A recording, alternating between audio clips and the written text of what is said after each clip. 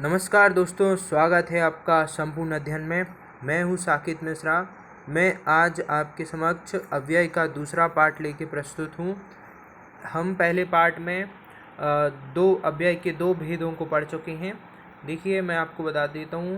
पहला भेद हमने पढ़ा था क्रिया विशेषण और दूसरा भेद हमने पढ़ा था संबंध बोधक अव्यय। ठीक है मित्रों, तो इसके आगे हम आज पढ़ेंगे समुच्चय बोधक और विस्मयादि बोधक। इन दो अव्ययों के बारे में हम आज पढ़ेंगे। ठीक है मित्रों, तो आइए जानते हैं समुच्चय बोधक अव्यय क्या होते हैं। तो देखिए, दो वाक्यों को परस्पर जोड़ने वाले शब्दों को हम समुच्चय बोधक कहते हैं। समुच्चय बोधक दो प्रकार के होते हैं। पहला होता है समानाधिकरण समुच्चय बोधक। ठीक है मित्रों, पहला कौन सा होता है? समानाधिकरण समुच्चय बोधक। और दूसरा होता है व्यधिकरण समुच्चय बोधक। पहला समानाधिकरण और दूसरा व्यधिकरण समुच्चय बोधक। ठीक है मित्रों, देखिए समुच्चय बोधक दो वाक्यों को किस प्रकार से परस्पर जुड़ेगा। देखिए, मैं आपको एक उदाहरण बोलता हूँ। जैसे कि पानी बरसा, जैसे ही पानी बरसा और इंद्रधनुष निकल आया। ठीक है, क्योंकि सूरज भी निकला था साथ में, इसलिए पानी बरसा और इंद्रधनुष निकल आया। तो देखिए, यहाँ पे पानी बरसा, इसके बाद में इंद्रधनुष निकल आया। तो इसके बीच में कौन सा अव्यय आ रहा है? और। कौन सा अव्यय आया? और अव्यय आया। ठीक, तो ये और अव्यय। ठीक, तो इसी को क्या बोलते हैं? समुच्चय बोधक अव्यय, जो दो वाक्यों को जोड़े। जैसे मैं एक और आपको दो वाक्य बोलता हूँ और उनको हम किसी एक अव्यय से जोड़ेंगे। ठीक है, जैसे बोले कि तुम्हें गणित पढ़नी है। ठीक, और फिर दूसरा वाक्य बोले तुम्हें इंग्लिश पढ़नी है। ठीक, अब अगर इनको जोड़ना है तो हम किससे जोड़ सकते हैं कि तुम्हें गणित और इंग्लिश दोनों ही पढ़नी है। तो इधर पे हमने किससे जोड़ दिया? और से जोड़ दिया। ठीक, तो इस प्रकार से ये दो वाक्य हमारे जुड़ गए। ठीक है मित्रों, तो देखिए संयोजक बोधक पहले समानाधिकरण है। समानाधिकरण मतलब कुछ समाधान मिलेगा आपको। इसमें क्या मिलेगा? कुछ समाधान मिल जाएगा। जैसे कि मैंने अभी दो वाक्य बोले थे, तुम्हें गणित पढ़ना पड़ेगी, फिर बोला था कि तुम्हें इंग्लिश पढ़ना पड़ेगी। तो हमें अगर इनको एक ही उसमें बोलना है तो हम इसको और से जोड़ सकते हैं, तुम्हें गणित और इंग्लिश दोनों पढ़नी होगी। ठीक है, तो देखिए यहाँ पे ये संयोजक का काम कर रहे हैं कि ये दो वाक्य को संयोजन करके बोल रहे हैं। हमें यहाँ पे क्या आ रहा है? संयोजन आ रहा है, और, व, एवं, तथा। तो यहाँ पे जैसे कि और मैंने बोला था गणित और इंग्लिश पढ़नी पड़ेगी, तो यहाँ पे क्या समझ में आ रहा है कि दोनों ही पढ़ना पड़ेगी। ठीक, अगर इसी को मैं बोलूँ इस तरीके से कि तुम्हें गणित या अंग्रेजी पढ़ना पड़ेगी, तो यहाँ पे क्या है? यह कैसा है? विभाजक है। ठीक, या, वा, अथवा, किंबा, नहीं तो। ठीक, तो यहाँ पे देखिए गणित या इंग्लिश पढ़नी पड़ेगी। यहाँ पे क्या हो गया? विभाजक होगा, या तो तुम गणित पढ़ो या तुम फिर इंग्लिश पढ़ो। ठीक है मित्रों, तो आप समझ पा रहे होंगे किस प्रकार से ये वाक्य में ये वाले शब्द विभाजन करेंगे और ये वाले शब्द संयोजक का काम करेंगे। ठीक है, अब विरोध दर्शक मतलब यहाँ पे कुछ विरोध प्रदर्शन होगा। ठीक, जैसे कि मगर, जैसे ये शब्द हमारे पर, परंतु, लेकिन, किंतु, मगर, बल्कि, वरन। ठीक मित्र, तो ये हमारे शब्द हैं कुछ। तो जैसे बोलें कि तुम्हें जाना पड़ेगा, परंतु वहाँ से तुम्हें सामान लाना पड़ेगा। ठीक, तो अब तुम्हें जाना तो पड़ेगा, लेकिन यहाँ परंतु बोला, परंतु तुम्हें सामान भी लाना होगा। तो तुम शायद उसने मना कर दिया हो कि नहीं, मैं नहीं लाऊंगा सामान। ठीक है, तो इसलिए उसके मालिक ने बोला परंतु तुम्हें सामान लाना पड़ेगा। ठीक, तो यहाँ पे क्या है? यहाँ पे विरोध छुपा हुआ है। किसका विरोध छुपा हुआ है? जो कामगार है उसका विरोध छुपा हुआ है कि वो सामान को नहीं लाना चाहता, लेकिन उसका मालिक कह रहा है कि तुम्हें लाना ही पड़ेगा। ठीक है मित्रों। अब परिमाण दर्शक मतलब वहाँ पे कुछ परिमाण मिलेगा, इसलिए, तो इसमें कौन कौन सा आता है, इसलिए, अतएव, अतएव, अतः। ठीक है, जैसे बोले कुछ परिमाण मिलेगा। जैसे मैं एक वाक्य बोलूँ कि आप हिंदी इसलिए पढ़ रहे हैं ताकि आपसे हिंदी व्याकरण बनने लगे। ठीक है, तो आप एक और वाक्य सुनिए, आप इंग्लिश इसलिए पढ़ रहे हैं ताकि आपका सिलेक्शन बैंक में हो जाए। ठीक मित्रों, तो देखिए यहाँ पे हमें परिमाण मिल रहा है, कुछ रिजल्ट मिल रहा है कि ये काम तुम क्यों कर रहे हो, तो इसलिए कर रहे हैं ताकि हम सफल हो जाएं। ठीक मित्रों, तो आप इन समानाधिकरण समुच्चय बोधकों को समझ गए होंगे। अब हम अगले समुच्चय बोधक पे चलते हैं। ये है हमारे व्यधिकरण समुच्चय बोधक। ठीक है मित्रों, तो आइए जानते हैं व्यधिकरण समुच्चय बोधकों के बारे में। तो देखिए ये भी कितने हैं, आइए देख लेते हैं कितने हैं। ये हमारे 4 प्रकार के हैं व्यधिकरण समुच्चय बोधक। तो आइए जानते हैं किस प्रकार से होते हैं। देखिए कारण वाचक, तो कारण यहाँ पे क्या मिलेगा, कुछ कारण मिलेगा। ठीक, तो इसमें कौन कौन से आते हैं, क्योंकि, चूंकि, इसलिए, की। ठीक, तो ये आ गए कारणवाचक में। ठीक, जैसे बोले हैं तुम्हें उसने क्यों मारा, ये प्रश्न आया, तुम्हें उसने क्यों मारा। तो क्यों मारा, तुम्हें उसने इसलिए मारा क्योंकि तुमने उसका काम बिगाड़ा था। तो देखिए यहाँ पे हमें 2 मिले कारणवाचक, इसलिए और क्योंकि। तो यहाँ पे हमें कोई कारण मिल रहा है कि उसने इसलिए मारा क्योंकि उसने उसका काम बिगाड़ दिया था। ठीक है, तो इस प्रकार से ये कारणवाचक, ये पूरे के पूरे ये लिखे हैं जो ये कारणवाचक समुच्चय बोधक है। अब उद्देश्यवाचक मतलब यहाँ पे कुछ ना कुछ उद्देश्य पूर्ति होगी। ठीक है, जैसे बोले कि जो काम तुम कर रहे हो वो सही है, तो यहाँ पे उद्देश्य है कि जो भी काम तुम कर रहे हो वो सही है, तो यहाँ पे तुम्हारा ये उद्देश्य दिखा रहा है।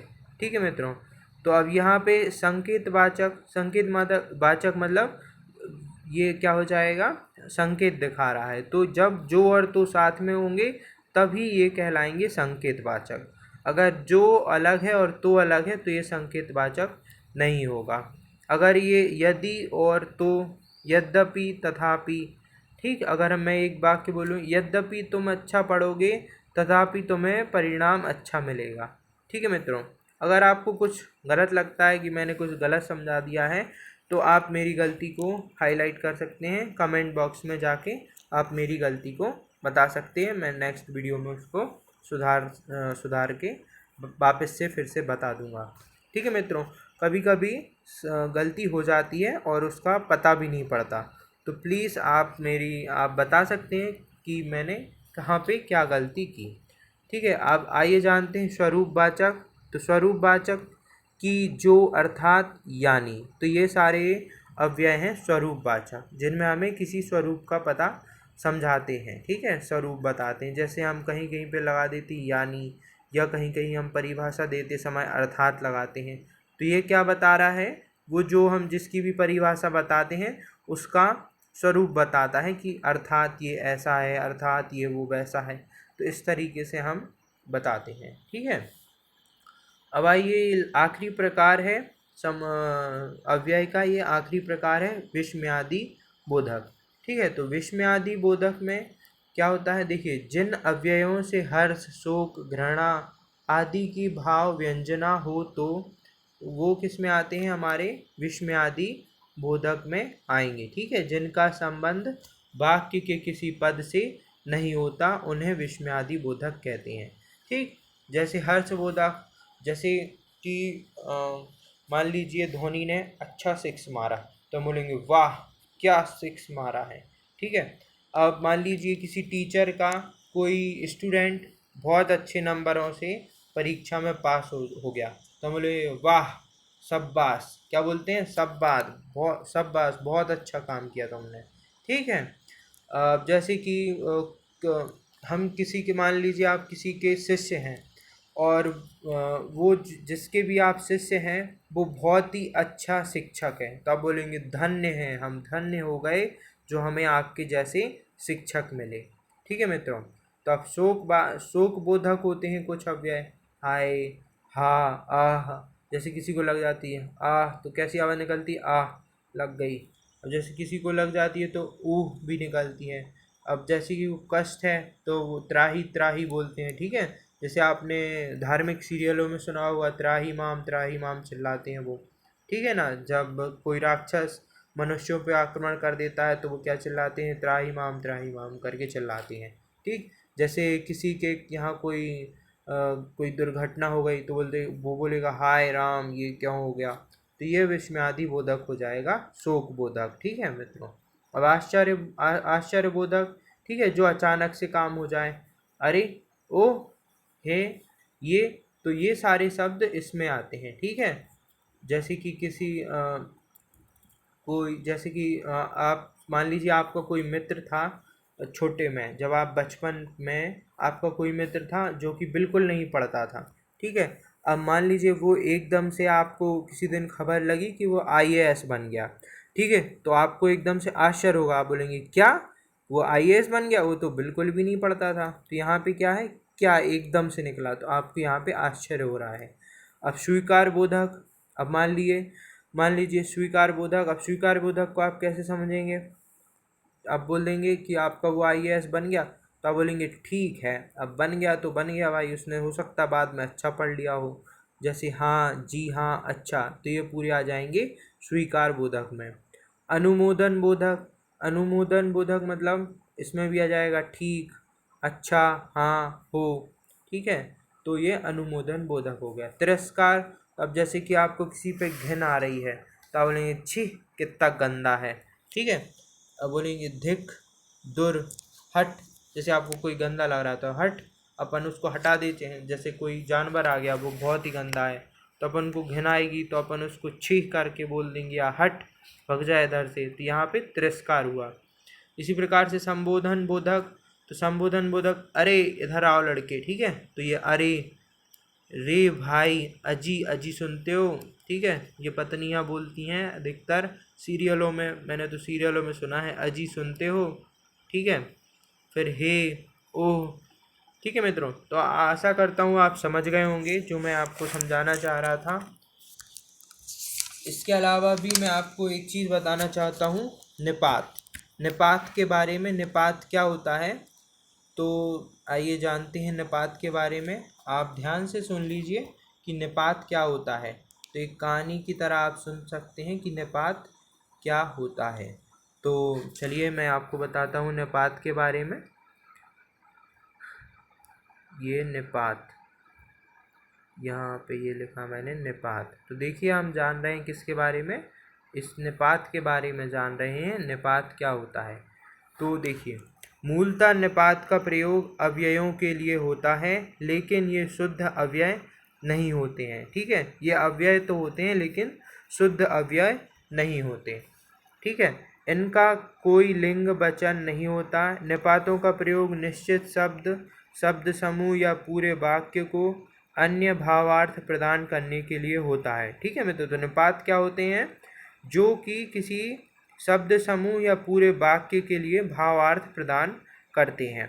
निपात सहायक शब्द होते हुए भी वाक्य का अंग नहीं होते, पर वाक्य में इनके प्रयोग से उस वाक्य का समग्र अर्थ प्रभावित होता है। ठीक है, तो इनका कहने का मतलब ये है कि निपात सहायक शब्द तो होते हैं लेकिन उनका वाक्य के अंग नहीं होते, मतलब वाक्य के लिए मुख्य नहीं होते लेकिन वो सहायक होते हैं। ठीक है, मतलब अगर उसको हम हटा भी देंगे तो उससे वाक्य का काम चल जाएगा। ठीक है, तो इसलिए वो क्या नहीं होते, अंग नहीं होते। ठीक है, और उस वाक्य का समग्र अर्थ प्रभावित होता है। ठीक है, अगर उनको जोड़ दिया तो उसका अर्थ प्रभावित हो जाएगा लेकिन वो जरूरी नहीं है। ठीक है, अब निपात 9 प्रकार के होते हैं। पहला होता है स्वीकृति बोधक, तो स्वीकृति बोधक में आएगा हाँ, जी, जी हाँ। ठीक है, जैसे आपसे किसी ने बोला कि आप यह काम कर दो, तो आपको कुछ स्वीकृति देनी होगी तो आप बोल देंगे हाँ। ठीक है। निकार निकार बोधक तो जी नहीं, इनकार बोधक, ठीक है, आप इनकार कर दिया, ठीक है, नकार दिया तो नकार बोधक हो जाएंगे, जी नहीं, नहीं। अब निषेध, निषेधात्मक मत, ठीक, जैसे बोले कि तुम यह करो तो आप कोई बोलेगा मत करो तो क्या हो गया, निषेध हो गया। प्रश्नबोधक क्या, इसमें क्या आ जाता है, क्या, क्या यह तुम, क्या तुम यह करोगे, ठीक है। विस्मयादि बोधक तो विस्मयादि बोधक में भी क्या, काश, काश मैं पढ़ लेता तो मेरा पेपर निकल जाता, ठीक है। तुलना बोधक सा, अवधारणा बोधक हो जाते हैं ठीक, करीब, लगभग, तकरीबन, ठीक है, जैसे मैं बोलूँ तकरीबन 9 बजे तक वह आएगा। अवधारणा बोधक ठीक, करीब, लगभग, तकरीबन, ये हो गया। आदर बोधक जी, ठीक है। बल प्रदाक, बल प्रदायक तो, ही, भी, तक, भर, सिर्फ, केवल, तो ये हैं बल प्रदायक। अब देखिए मैं आपको कुछ कुछ वाक्य बताता हूँ, जैसे रमेश ने ही मुझे मारा था, ठीक है, तो इसका अर्थात क्या है, रमेश के अलावा और किसी ने नहीं मारा था, ठीक है। हम इस वाक्य को किस प्रकार से भी बोल सकते हैं, रमेश के अलावा और किसी ने नहीं मारा था। तो देखिए निपात क्या, ही निपात था जो वो हट गया। जैसे बोले कि तुमने ही मेरा गृह कार्य किया था, ठीक है, जो कि उसे नहीं करना चाहिए था, तो इसका मतलब ये हो गया कि तुम उसके अलावा किसी और ने उसका गृह कार्य नहीं किया था, ठीक है मित्रों। तो ये थे निपात। आशा करता हूँ आपको निपात समझ में आया होगा। तो मिलते हैं नेक्स्ट वीडियो में, ठीक है मित्रों, धन्यवाद, जय भारत। ठीक है मित्रों, मिलते हैं नेक्स्ट वीडियो में, जब तक आप मेरी वीडियो को लाइक, शेयर और सब्सक्राइब करना ना भूलें। जय भारत।